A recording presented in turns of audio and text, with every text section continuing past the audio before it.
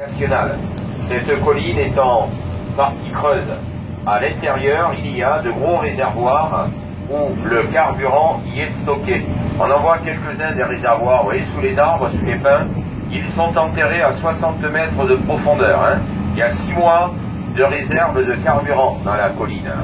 Dans le creux des deux collines, dans le vallon, nous allons découvrir le village de Saint-Mandrier, que l'on appelle également le creux Saint-Georges.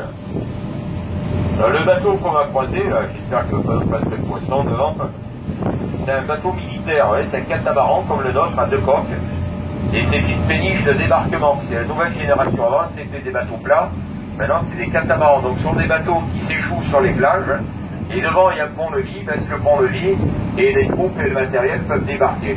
Voilà, une nouvelle génération. Là qu'ils viennent nous montrer, parce que par là ils n'ont rien à y faire habituellement, mais bon, peut-être que voilà, ils viennent. C'est gentil. Alors les coques, elles peuvent se monter ou se baisser. Voilà, les coques, s'ils débarquent sur les plages, ils ont des systèmes que le bateau peut se monter, le pont peut se monter, il y a tout qui sont verts. Voilà, c'est un nouveau système révolutionnaire. Voilà.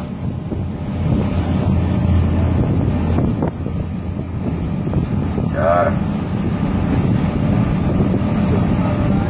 Alors faites attention, ça va bouger un peu. Il y en a 2 ou 3 comme ça. Et, alors ça peut rentrer dans les DPC, les bâtiments de projection et de commandement. Alors la deuxième colline, on va continuer sur la presqu'île de Saint-Mandrier, donc la deuxième colline, celle qui avance vers la mer, elle appartient en grande partie à la Marine nationale. Alors vous avez 2 bateaux désarmés devant la colline, celui qui a la boule, il s'appelait le Duquesne, et juste à l'arrière du Duquesne, vous avez le Duplex. Alors ces bateaux servent maintenant de brise-lames, de digue artificielle. Ils sont là pour protéger les écoles de la marine qui se trouvent juste derrière. Ça s'appelle le pôle, en pôle, école Méditerranée. Voilà. Et la deuxième partie de la colline, où il y a les hangars, eh bien la marine a cédé le terrain, et à cet endroit s'est installé un chantier de réparation et d'entretien de yachts de grande plaisance, ça s'appelle IMS 700, et là ils peuvent tirer à terre des bateaux de 90 mètres de long. Alors droit devant nous maintenant, vous avez la digue, on va bientôt l'allonger.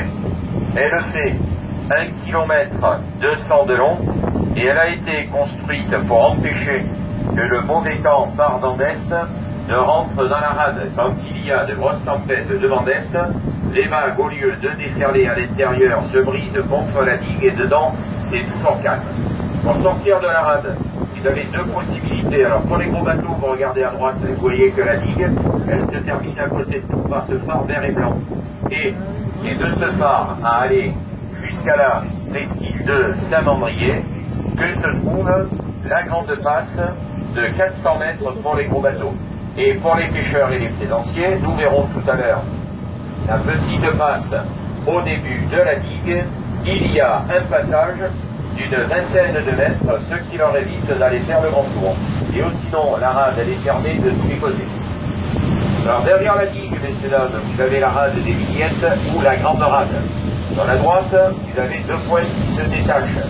Alors la pointe qui se trouve la plus sur la droite et dans le fond, que l'on voit très bien, c'est la presqu'île de Gien. Derrière la presqu'île de Gien se trouvent les îles d'Or, Porquerolles, Porquerolles et le Levant. En revenant vers Toulon, par le travers, vous avez la pointe de Carqueiranne. Après Carqueiranne, toujours en revenant vers Toulon, vous avez des falaises au bord de l'eau. Ce sont les falaises de Sainte-Marguerite. C'est de ces falaises qu'a été extraite la pierre pour construire la digue.